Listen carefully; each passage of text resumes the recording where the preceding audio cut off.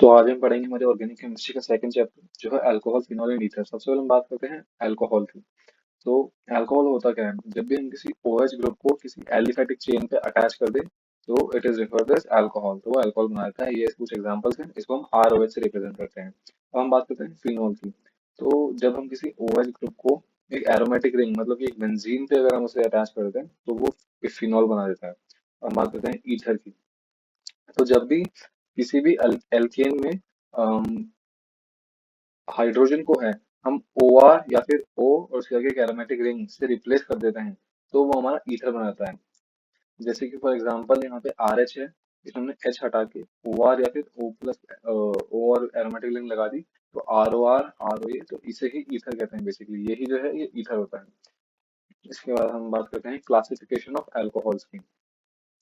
तो अल्कोहल और फिनॉल जो है may be classified as mono di tri और polyhydric compounds depending on whether they contain one two और थ्री और many hydroxyl groups respectively in the structures.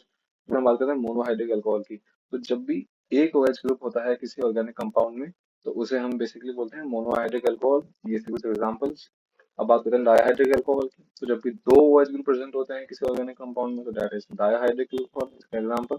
और trihydric तीन होते हैं, ये उसका एग्जांपल है। अब मोनोहाइड्रिक अल्कोहल जो होता है उसको हम फर्दर क्लासिफाई करते हैं उसकी हाइब्रिडाइजेशन के अकॉर्डिंग, जो उसमें कार्बन है उसकी हाइब्रिडाइजेशन के अकॉर्डिंग, और इसे फर्दर क्लासिफाई करते हैं। सबसे पहले आता है compounds containing CsP3OH bond, alright, जिसमें जो OH है वो उस कार्बन से अटैच है जिसकी हाइब्रिडाइजेशन है sp3। और हाइब्रिडेशन निकालना सबको आता ही होगा कि जो भी उसके सिग्मा बॉन्ड्स होते हैं प्लस लोन पे, दैट इज हाइब्रिडेशन। अब primary secondary and tertiary alcohols होते हैं इसके अकॉर्डिंग, CsP3 और OH बॉन्ड के अकॉर्डिंग। सबसे पहले प्राइमरी अल्कोहल वो होता है जिसमें जो कार्बन है हमारा OH से अटैच वो 1 डिग्री हो। 1 डिग्री कार्बन मतलब कि उसके उस कार्बन से बस एक ही कार्बन अटैच हो, ऑलराइट। 2 डिग्री मतलब होता है कि इससे अगर दो कार्बन अटैच हो जाते तो वो 2 डिग्री हो जाता, और तीन हो जाते वो 3 डिग्री हो जाता। बट यहाँ पे ये कार्बन है 1 डिग्री, तो इसे हम बोलेंगे प्राइमरी अल्कोहल या 1 डिग्री अल्कोहल। अब हम बात करते हैं 2 डिग्री अल्कोहल या सेकेंडरी अल्कोहल की। तो मतलब मैंने आपको बताया कि दो कार्बन अटैच हो जिस कार्बन से जो कि OH से अटैच है, तो वो हमारे पास बन जाता है सेकेंडरी और 2 डिग्री कार्बन, और ये हो गया 2 डिग्री अल्कोहल और 3 डिग्री भी रिस्पेक्टिवली वैसे हो जाएगा। अब हम बात करते हैं अलाइलिक अल्कोहल्स की। तो अलाइलिक अल्कोहल्स में क्या होता है, जो OH ग्रुप है वो अटैच होता है sp3 हाइड्रोजन कार्बन, जो कि अटैच है डबल बॉन्ड, जो कि अटैच है कार्बन कार्बन डबल बॉन्ड से, ऑलराइट। जैसे कि सबसे पहले अलाइलिक मतलब होता है कि मान लीजिए यहाँ कार्बन कार्बन डबल बॉन्ड है तो जो इसके एडजेसेंट जो कार्बन अटैच होगा ना, this is known as allylic carbon. तो अलाइलिक अल्कोहल वो होते हैं जो कि उस इस कार्बन का अटैच होता है जो sp3 है और वो एडजेसेंटली है C के डबल बॉन्ड से अटैच है, ऑलराइट। तो ये हो गया 1 डिग्री अलाइलिक, ये 2 डिग्री अलाइलिक बेसिकली। हम बात करें बेंजाइलिक अल्कोहल्स की। तो बेंजाइलिक अल्कोहल्स में क्या होता है कि हमारा जब जो कार्बन है जो कि OH से अटैच है, वो जो sp3 कार्बन जो OH से अटैच है वो साथ में एक बेंजीन से अगर अटैच होता है तो बेसिकली बेंजाइलिक अल्कोहल्स। अब बात करते हैं कंपाउंड्स में CsP2OH बॉन्ड। अब हम बात करेंगे जो कार्बन sp2 हाइब्रिडाइजेशन वाला है और वो अगर OH से वो बॉन्ड बना रहा है तो वो उसमें क्या क्लासिफिकेशन होती है अल्कोहल की। सबसे पहले आता है विनाइलिक अल्कोहल। विनाइलिक अल्कोहल मतलब कि जब भी कार्बन कार्बन डबल बॉन्ड हो उसकी जस्ट एडजेसेंट पे अगर OH हो तो वो होगा विनाइलिक। अगर एक यहाँ पे कार्बन बीच में भी होता फिर अटैच होता तो वो होता एलाइलिक, और यहाँ पे डायरेक्टली है तो ये होगा विनाइलिक, ऑलराइट। इसके बाद हम बात करते हैं क्लासिफिकेशन ऑफ ईथर की। तो ईथर जो होता है ROR दो टाइप का होता है, एक होता है सिमेट्रिकल ईथर और एक होता है अनसिमेट्रिकल ईथर। जो सिमेट्रिकल ईथर होता है ROR, इसका मतलब होता है कि जो O है उसकी दोनों साइड्स उसकी both sides same carbon chain हो तो वो ज्यादा हमारा सिमेट्रिकल ईथर है, जिसके एग्जांपल्स हैं CH3 OCH3 C2H5 और C2H5। अब बात करते हैं अनसिमेट्रिकल ईथर की। तो अनसिमेट्रिकल ईथर वो होता है जो ROR डैश है, मतलब कि ऑक्सीजन के दोनों साइड्स अलग अलग कार्बन ग्रुप्स हैं। यहाँ पे CH3 है, यहाँ C2H5 है, यहाँ C2H5 है, यहाँ बेंजीन नहीं है, तो ये हो गया हमारा अनसिमेट्रिकल ईथर। हम बात करते हैं नोमेनक्लेचर ऑफ अल्कोहल फिनॉल और ईथर की। तो देखो अल्कोहल की नोमेनक्लेचर में बेसिकली सिंपल सा है कि सबसे पहले हमको बीच में इसमें लिखना होता है वर्ड रूट। ठीक है, वर्ड रूट में आता है number of carbon atoms present in parent chain, जिसमें हमारे मैथ एट प्रॉप ब्यूट ये आपको आता होगा, बहुत बेसिक है। इसके बाद हम इसके साथ ऐसे करते हैं 1 डिग्री सफिक्स। 1 डिग्री सफिक्स में हमारे आता है जो भी कार्बन कार्बन के इसमें बीच में जो बॉन्ड है, एन इन आइन बेसिक्स का आपको आता ही होगा। फिर इसके बाद हम ऐड करते हैं 2 डिग्री सफिक्स। 2 डिग्री सफिक्स में आता है सीनियर मोस्ट फंक्शनल ग्रुप और अल्कोहल्स में जो कि होता है ऑल। ऑलराइट, ये बात याद रखने की वाली है कि 2 डिग्री सफिक्स जो है मतलब ऑल आएगा, होल आएगा। फिर उसके बाद आता है 1 डिग्री प्रीफिक्स पे। 1 डिग्री प्रीफिक्स में अगर बेसिकली अगर ओपन चेन है तो कुछ भी नहीं लगता, इसमें प्रीफिक्स नहीं लगता। क्लोज चेन है तो साइक्लो लगता है, ठीक है। फिर 2 डिग्री प्रीफिक्स में आ जाता है जूनियर मोस्ट फंक्शनल ग्रुप, और जो साइड चेन या फिर एक्स्ट्रा ग्रुप जो भी होते हैं वो सब 2 डिग्री प्रीफिक्स में आ जाते हैं। इसके हम एग्जांपल देख सकते हैं, जैसे ये है। तो इसमें सबसे पहले हम देखेंगे कि वर्ड रूट क्या आना चाहिए। तो 1 2 3 4 मेन चेन में 4 कार्बन है, तो यहाँ पे सबसे वर्ड रूट आ गई ब्यूट।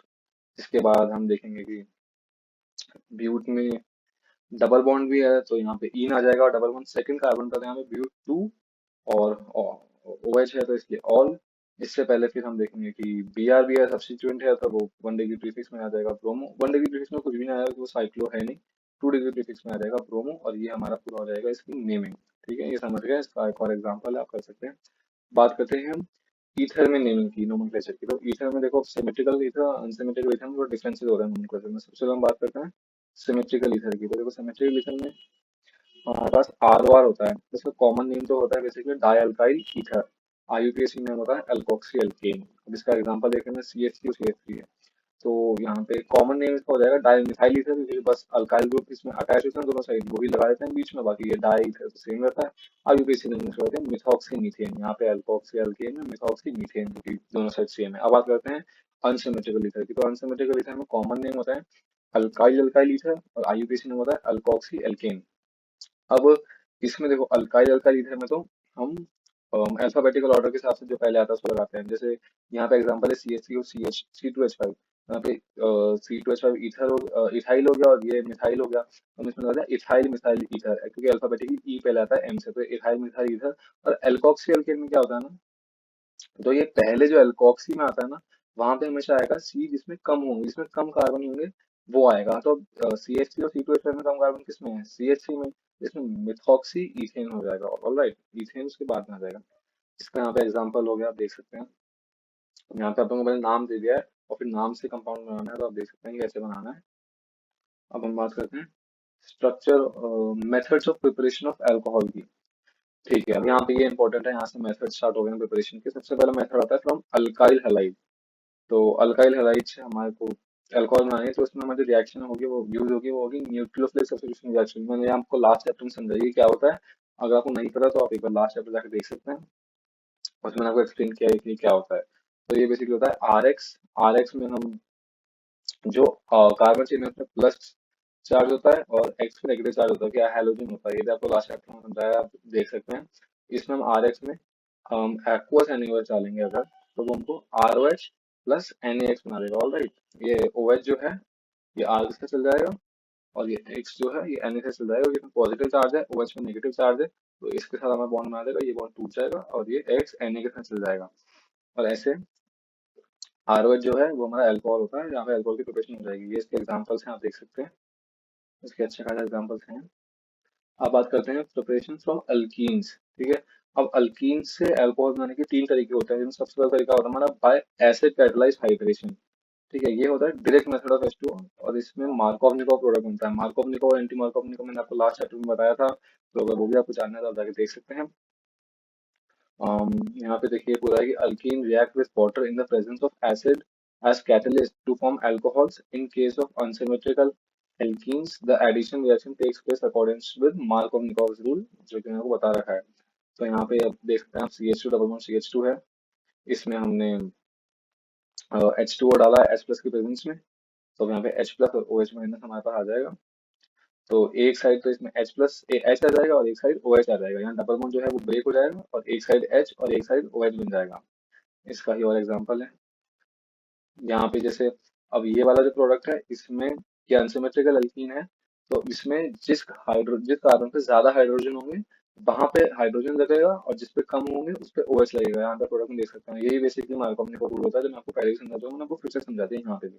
अब बात कर लेते हैं हम जो मेथड है सेकंड, जिसका नाम है हाइड्रोबोरेशन ऑक्सीडेशन।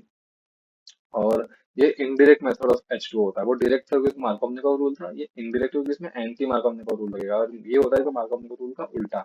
अब diborane BH3O twice reacts with alkanes to give trialkyl boranes as addition product. This is oxidized to alcohol bye hydrogen peroxide in the presence of aqueous sodium hydroxide. ये देखो आपको reaction याद करनी है कि जब भी हमारे पास कोई एल्कीन हो उसमें हमने BH3 THF और H2O2, ऑलराइट, BH3 THF जो कि होता है टेट्रा हाइड्रोफुरान, और H2O2 मतलब कि जो पेरोक्साइड है, हाइड्रोजन पेरोक्साइड है, इसके साथ हम रिएक्शन कराएंगे तो हमारा जो OH माइनस है वो जुड़ जाएगा CH जिस पे ज्यादा हाइड्रोजन के एंटी मार्कोनिक रूल है, जो H प्लस है वो जुड़ जाएगा जिस पे कम हाइड्रोजन है उस पे। यहाँ पे रीअरेंजमेंट नहीं होगी, ये बात याद रखेंगे, रीअरेंजमेंट नहीं होगी। अब देखिए इसका हम थोड़ा मैकेनिज्म समझते हैं इस रिएक्शन का। देखिए the addition of borane to the double bond takes place in such a manner that the boron atom gets attached to the sp2 carbon carrying greater number of hydrogen atoms. The alcohol so formed looks as if it has been formed by the addition of water to the alkene in a way opposite to the Markovnikov rule. In this reaction, alcohol is obtained in excellent yield। और excellent yield में आती है, समझ आ गया होगा। इसका तो mechanism explain करते हैं। जैसे हमने ये लिया है एल्कीन, अब यहाँ पे क्या होगा, सबसे पहले एल्कीन से हमारी होगी BH3 में, BH3 पे होता है एम्प्टी ऑर्बिटल और कार्बन पे होते हैं लोन पेयर। तो यहाँ से जो है ये जो बॉन्ड है डबल पाई बॉन्ड जो है उसमें लोन पेयर है, पाई बॉन्ड जो है इसके इलेक्ट्रॉन्स जाएंगे एम्प्टी ऑर्बिटल को अट्रैक्ट करेंगे और ये ऐसा बन जाएगा कुछ, ऑलराइट, ये ऐसे ज्वाइन हो जाएगा। तो इसके बाद यहाँ पे आप देख सकते हैं BH3 में सबसे पहले एक एच हटेगा वहां पे ही आएगा, फिर सेकंड एच हटेगा वहां पे भी आएगा, और थर्ड एच हटेगा वहां पे आएगा, और ये कुछ ऐसा बन जाएगा। आप देख सकते हैं तीनों एच हट के तीनों पे वही चेन आ जाएगी। अब ये बन जाएगा B, और इसमें ये इसका होल थ्राइस हो जाएगा। तो हमारे पास चेन दे रखी थी क्वेश्चन में। ये आप देख सकते हैं इनडायरेक्ट एडिशन ऑफ H2O में हो रहा है, एंटी मैकोनिकल जो ये है, ये आप देख सकते हैं, ये हमने भी इसका मैकेनिज्म ऊपर समझ लिया है। अब बात करते हैं थर्ड मेथड की, जो थर्ड मेथड की फ्रॉम एल्कीन्स, जो कि है ऑक्सीमर्क्यूरेशन डीमर्क्यूरेशन। ये फिर मार्कोवनिकोव रूल है, ये भी इनडायरेक्ट एडिशन ऑफ H2 है बट इसमें मार्कोवनिकोव रूल फॉलो होता है। इसमें हम basically CH3CH double one CH2 लिया है, इसमें हम HgOAc होल ट्वाइस, याद रखना इसका रिएजेंट जो है HgOAc होल ट्वाइस और NaBH4, ये दोनों जब इसमें ऐड करेंगे तो रीअरेंजमेंट नहीं होगा, अच्छे से याद रखना, रीअरेंजमेंट नहीं होगा और बेसिकली मार्कोवनिकोव रूल से एडिशन हो जाएगा OH का। ठीक है, अब हम थर्ड प्रिपरेशन मेथड की बात करते हैं जो कि है from carbonyl compounds. Alright, carbonyl compound से कैसे बन सकता है, सबसे पहले बात करते हैं by reduction of aldehyde and ketones. Aldehyde and ketones are reduced to the corresponding alcohols by addition of hydrogen in the presence of catalysts, catalytic hydrogen जिसे हम hydrogenation भी जिसे कहते हैं। The usual catalyst is finely divided metal piece such as platinum, palladium or nickel that is also prepared by treating aldehydes and ketones with sodium borohydride और lithium aluminium hydride. Alright, ये याद रखने के नाम है, इसे हम LiH भी बोलते हैं। और aldehyde yield primary alcohol whereas ketone yield secondary alcohol. Alright, अब मैं आपको एक एग्जांपल से समझा सकता हूँ। यहाँ पे C है, इस पे डबल बॉन्ड O, ये हमारा है एल्डिहाइड, आज CHO जिसमें है, मतलब कार्बन ग्रुप चार है उसमें CHO है। तो इसमें हम बेसिकली जब NiPT मेटल के जो पीसेस है बताया था वो डालेंगे, या फिर LiAlH4 डालेंगे, या फिर NaBH4 डालेंगे, फिर हमको RCH2OH जो कि है प्राइमरी अल्कोहल ही दे देगा। इसमें बेसिकली क्या होगा, डबल बॉन्ड है वो टूट जाएगा और ऑक्सीजन के पास एक H चल जाएगा और एक H हमारे पास आ जाएगा C के पास। तो यहाँ पे आप देख सकते हैं C के पास दो H हो गए, यहाँ पे लेगी तो दो H हो गए और ऑक्सीजन के पास भी एक आ जाएगा और यहाँ हमारे पास प्राइमरी अल्कोहल बन गया। इसी का एग्जाम्पल है। और फिर यहाँ पे आप देख सकते हैं, मैंने यहाँ पे आपको कीटोन्स से भी एग्जांपल देके समझाया, बट ये बहुत ब्लर है तो वो आपके समझ ही गए होंगे, कीटोन्स में भी ऐसी ही चीज होगी। अब बात करते हैं by reduction of carboxylic acid and esters. Carboxylic acids are reduced to primary alcohols in excellent yield by lithium aluminum hydride and strong reducing agent. Alright, इसमें हमको बस लिथियम एल्यूमिनियम हाइड्राइड ही यूज कर सकते हैं by carboxylic acid and esters में, जब हमको उसको कन्वर्ट करना हो, क्योंकि स्ट्रॉन्ग रिएजेंट होता है। ये रिएक्शन आप देख सकते हैं, ये बहुत ब्लर है तो मैं आपको ढंग से समझा नहीं पाऊंगा इसके थ्रू। चलिए बात करते हैं फोर्थ मेथड की जो कि है फ्रॉम ग्रिग्नार्ड रिएजेंट। आप ग्रिग्नार्ड रिएजेंट से भी ये बना सकते हैं। हमको RCHO हमने लिया, उसमें हमने RMGX जो कि ग्रिग्नार्ड रिएजेंट है, इसकी भी आपको लास्ट लास्ट जो लेक्चर है उसमें आपको इसकी प्रिपरेशन बताई है मैंने चैप्टर 1 के लेक्चर में, तो आप वो देख सकते हैं ग्रिग्नार्ड रीजन की। हम ग्रिग्नार्ड रीजन जब इसमें ऐड करेंगे तो बेसिकली कुछ ऐसे प्रोसेस होगा और ये हमारे बन जाएंगे प्रोडक्ट्स। अब ये ब्लर बहुत है, मैं आपको ढंग से एक्सप्लेन कर नहीं पाऊंगा। हाँ, यहाँ से आप देख सकते हैं। चलिए अब मेथड्स ऑफ, ये आपने देख लिया ना क्या बनेगा, ये लास्ट, आप तो लास्ट वर्ड याद कर लीजिए, यही आएगा। इसकी मैकेनिज्म बिल्कुल नहीं पूछी जाएगी एग्जाम में, आपको टेंशन की जरूरत नहीं है, बस याद कर लीजिए, बहुत इंपॉर्टेंट है। अब बात कर लेते हैं methods of preparation of phenols की। तो अब first method preparation of phenol होता है from hello arenes. Alright, chlorobenzene is fused with NaOH at 623 K temperature and 320 atmosphere pressure.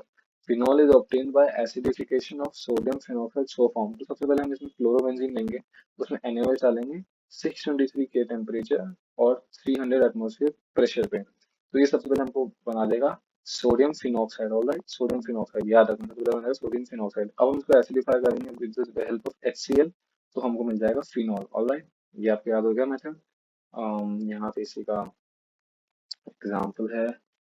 अब बात करते हैं सेकंड मेथड की, जो कि है from benzene sulphonic acid. Alright, benzene is sulphonated with oleum and benzene sulfonic acid so formed is converted to sodium phenoxide on heating with molten sodium hydroxide। acidification of the sodium salt gives phenol।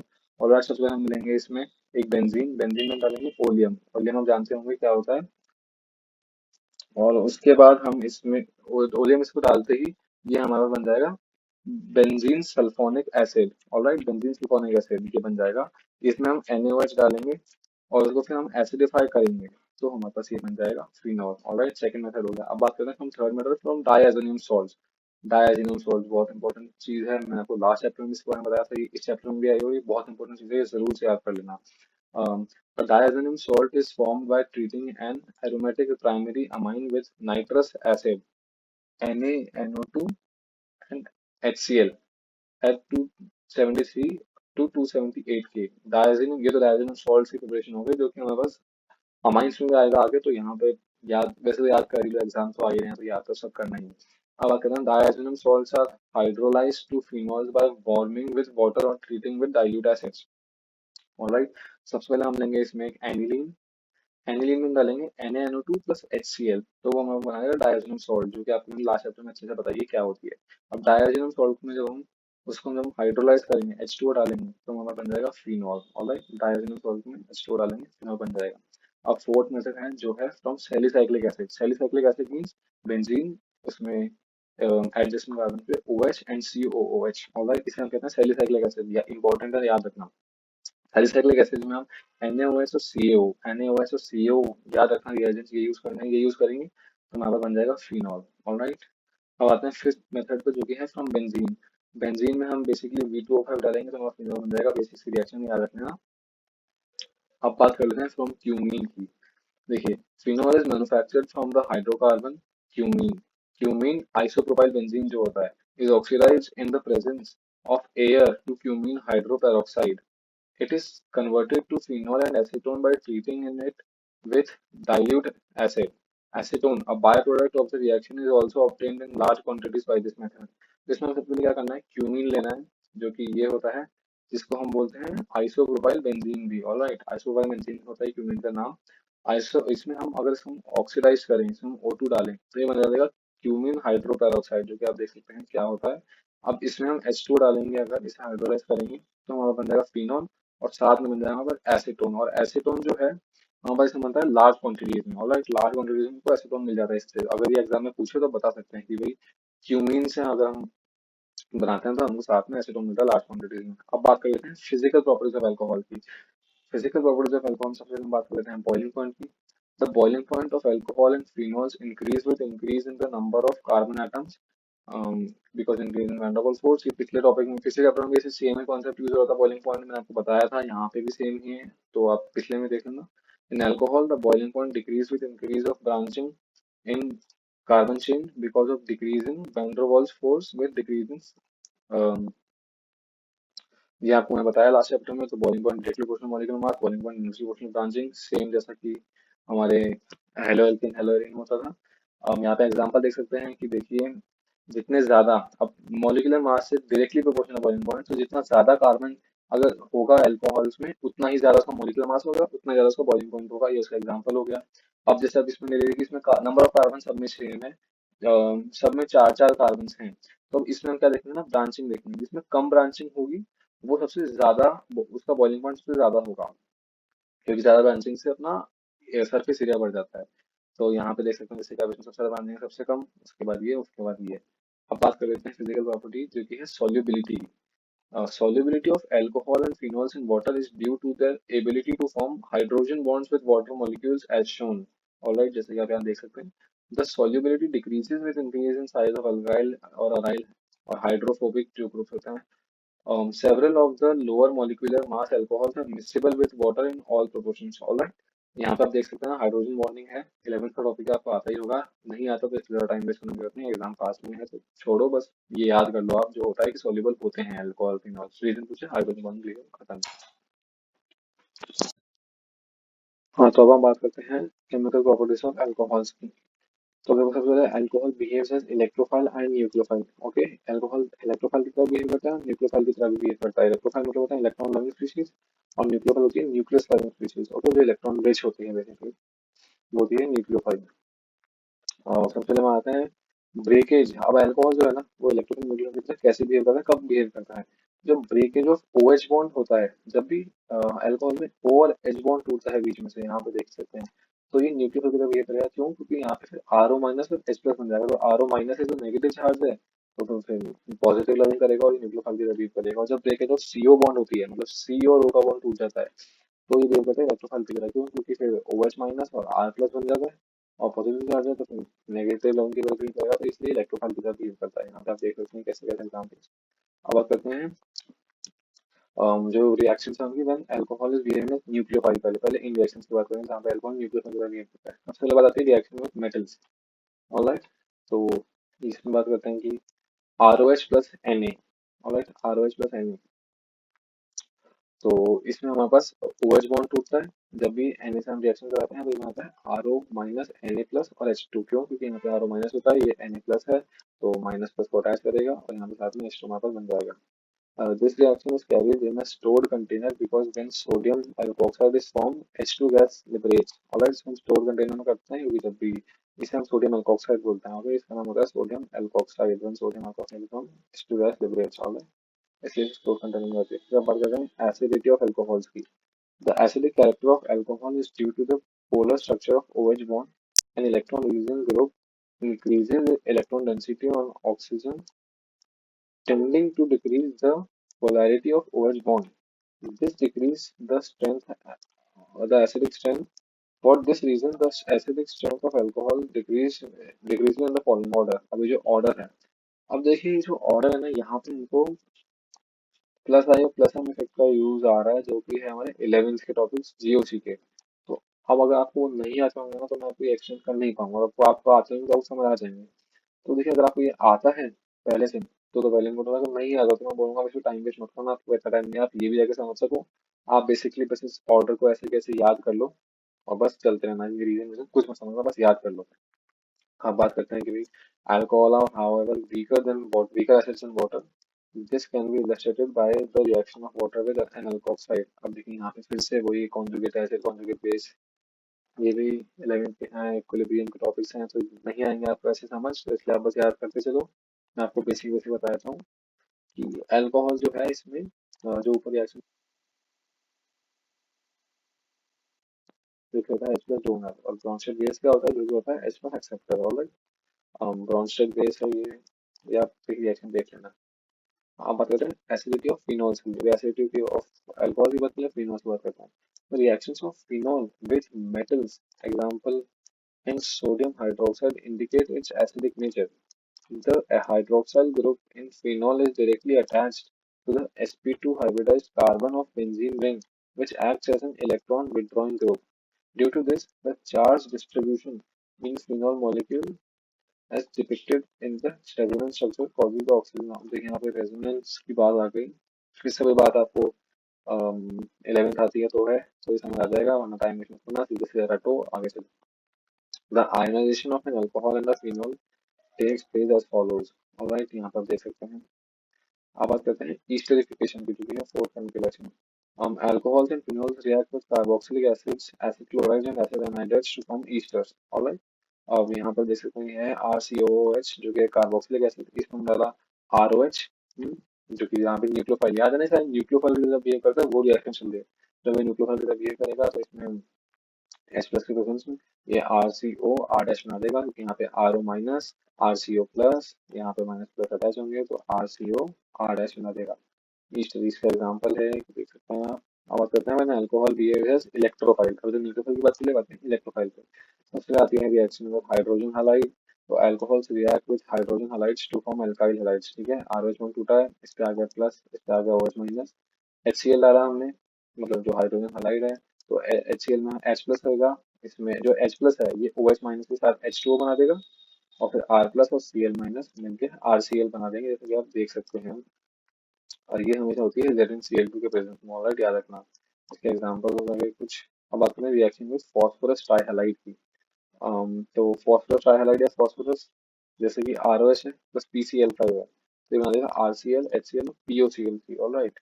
याद रखने की चीजें हैं, clear नहीं है, पर इसमें PCl3 है, PCl3 के साथ बनती है RCl, और ये H3PO3 बनाता है। यहाँ पे PCl5 के साथ ये RCl और HCl और POCl3 बनाता है।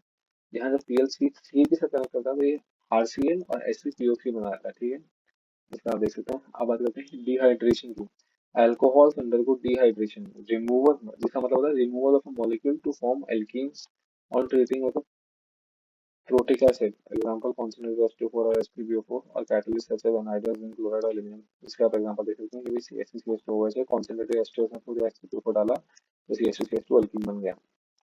इसे हम कहते हैं डिहाइड्रेशन। अब बात करते हैं ऑक्सीडेशन की। तो जब भी किसी अल्कोहल में स्ट्रॉन्ग ऑक्सीडाइजिंग एजेंट NO या फिर किसी भी पहले RCHO बना रहा है और फिर बना रहा है RCOOH, ठीक है। अगर हम स्ट्रॉन्ग ऑक्सीजन डालते हैं RCOOH तो कार्बोक्सिलेशन रिएक्शन, बट हम इसमें हम CH डालते हैं तो ये RCHO पे रिएक्शन हो जाती है, एल्डिहाइड होती है, बट ये अच्छी यील्ड में नहीं बनती, ऑलराइट। इसमें हम बात करें RCOH, हम PCl डालते हैं तो फिर ये एल्डिहाइड हो जाती है, यील्ड भी अच्छी होती है, तो ये तरीका है, ऑलराइट।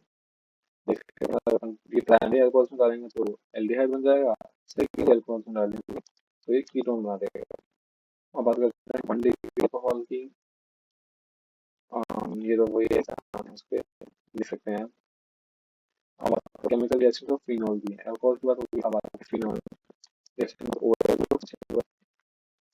है, फिनॉल है, Na प्लस डाला, O minus Na plus, phenol है, NaOH डाला तो इसमें O minus Na plus H2O, PCl5। PCl5 जैसे उसमें होती है सेम टू सेम, वैसे ही इसमें PCl5 के साथ होगी, ये बन जाएगा हमारे पास बेंजीन के ऊपर हेलोजन, HCl और POCl3, PCl3 सब तो भी सेम होगी। अब अगर रिएक्शन में जिंक डस्ट और phenol is coming to benzene और जिंक डस्ट, ये बहुत याद रखनी चीज है। देखो हमने बोला था कि बेंजीन से कैसे बनाते हैं, अब इसमें ये देख सकते हैं। बेंजीन से फिनॉल कैसे बनाता है, बताया था मैंने। क्या डालते हैं, वीट का यूज करते हैं। हमको फिनॉल को बेंजीन बनाना था, जिंक डस्ट डालनी है, तो जिंक डस्ट और वो जो साथ में मिल जाएंगे, अब यहाँ पे बन जाएगा हमारा फिनॉल, जेनो और फिनॉल हो जाएगा। बात करते हैं ऑफ फिनॉल की। ये होती है इलेक्ट्रोफिलिक एरोमेटिक सब्स्टिट्यूशन, और ये होते हैं, ये रिएक्शन जो है याद करने की है, देखिए वही चीजें हैं करना, अच्छे से समझाने होगी, जितना वो समझानी है इसको लेक्चर जल्दी खत्म करना है। हमारा फिनॉल है, इसमें Br2 और CH4 डालना है, यहाँ OH और Br, ये बन जाएगा प्रोपोजिशन, ये बन जाएगा पैरा पोजीशन पे। ये होती है हैलोजन रिएक्शन। एग्जांपल सी प्लाट, ये है हमारे पास एक फिनॉल, इसमें HCl, ये बना देगा CH3 प्लस OH, OH और सारा जैसा टूटा एसिलेशन सेम है, ये कहा है यहाँ पे, और यहाँ पे आपके पैराफिन। अगर सल्फेशन की, ये सारे रिएक्शन आप याद करके चलना इंपॉर्टेंट है। ज्यादा चीज इनको आप समझा नहीं रहा हूँ, मुझे है चीज समझने का, आप चीजें रट लो, ज्यादा बेटर रहेगा आपको। आती है तो अच्छी बात है, पर ये वीडियो नहीं, मुझे टाइम नहीं कर रहा है, नंबर आ जाए सामने। तो ये हमारा फिनॉल है,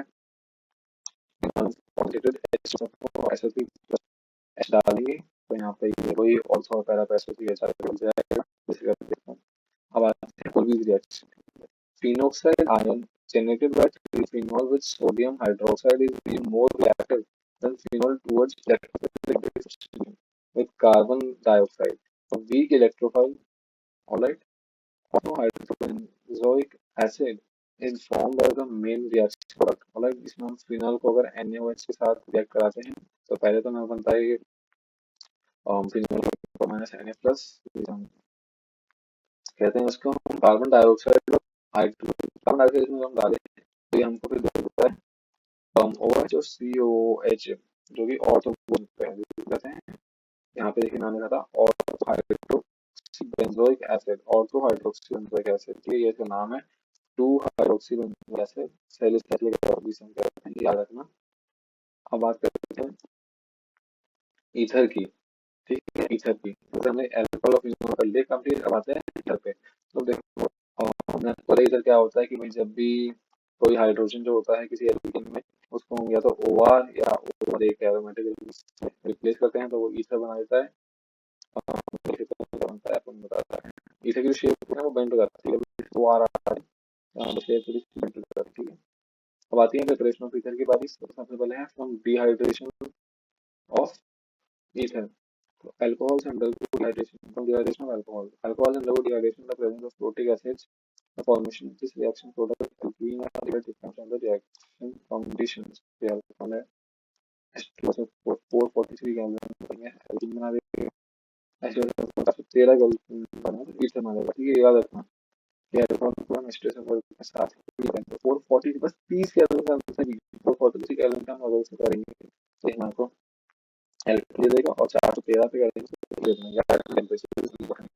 अब बात करते हैं हम विलियमसन सिंथेसिस की, ठीक है, Williamson synthesis. In this method, an alkyl halide is allowed to react with sodium alkoxide और सोडियम ऑक्साइड है आर माइनस एन को बताया, दोनों का हाइड्राइड को डालते हैं, ये आर और एन बनाता है। कैसे, क्योंकि यहाँ पे आर प्लस आर माइनस को जुड़ जाता है, आर आर बनाता है और एन एक्स माइनस हो जाता है, एन एक्स बनाता है। बात कर लेते हैं हम जीरो प्रॉपर्टीज ऑफ प्रिपरेशन अभी तक हुई है। अब जीरो प्रॉपर्टीज ऑफ ईथर मतलब आता है the CO bond in ether are polar and thus each have a net dipole moment.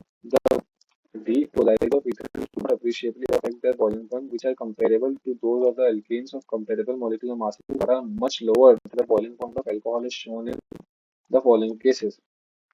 देखिए ये फॉर्मूला, ये देखिए ये चीजें याद करने वाली हूँ, याद कर लेना। एक इम्पोर्टेंट चीज है, बहुत इंपॉर्टेंट लिखा गया ना नोट्स में, बहुत भी इंपॉर्टेंट। मैंने इससे कुछ इंपॉर्टेंट चीजों के ही बनाया है, जो जो भी नोट्स में लिखा है याद जरूर करना। Of the large difference in boiling points of alcohols and ethers is due to the presence of hydrogen bonding in alcohols, है ठीक है। अब आते हैं केमिकल प्रॉपर्टीज ऑफ ethers पे, इसके बाद हो जाएगा चैप्टर खत्म। तो अब आएगा cleavage of CO bond in ether, जैसे मैंने आपको बताया था, होता है CO बॉन्ड टूटता है, CO बॉन्ड टूटता है तो CO माइनस और साथ में R प्लस बन जाता है, RO माइनस R प्लस बन जाता है। पीसीएल तो R से बना देगा, H R बना देगा। सब कमर्शियल, यही थी इनकी, ये खत्म हो गया केमिकल प्रॉपर्टीज ऑफ ईथर। अब आते हैं कुछ कमर्शियल इंपॉर्टेंट जो अल्कोहल हैं उन पे। मिथेनॉल, इथेनॉल और टू कमर्शियली इंपॉर्टेंट अल्कोहल। अब देखिए ये तो आने वाले हैं कि मिथेनॉल पे क्या क्या चीजें होती हैं, कहाँ कहाँ यूज आती है वो, इंजेक्शन ऑफ फीवर। ये बात है कि मिथेनॉल छोटी क्वांटिटीज में ले रहे हैं तो ब्लाइंडनेस कर सकती है, लार्ज क्वांटिटी में डेथ भी हो सकती है। मतलब मिथेनॉल बहुत ज्यादा हम हार्मफुल होती है।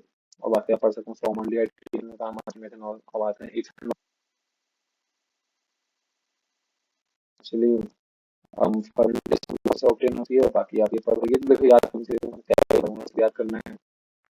इसके बाद हम ये बात कर सकते हैं C12H2O तो इन्वर्ट डालेंगे तो ग्लूकोज और बना देगा, डालेंगे तो इथेनॉल आपको मिलेगी यहाँ पे, ठीक है, इथेनॉल आपको मिल जाएगी। ये इथेनॉल का प्रिपरेशन था। अब रिमन टेबल लास्ट में ये इतनी इंपॉर्टेंट नहीं है, बस आ जाता है, एक बार पढ़ लेना, इम्पोर्टेंट हो सकती है। और इसी के साथ हमारा हो गया सब खत्म। मैंने ट्राई किया जितना कम हो सके उतना कम, आधे घंटे का कराने की, तो चैप्टर से आपको थोड़ी देर में मिलेगा।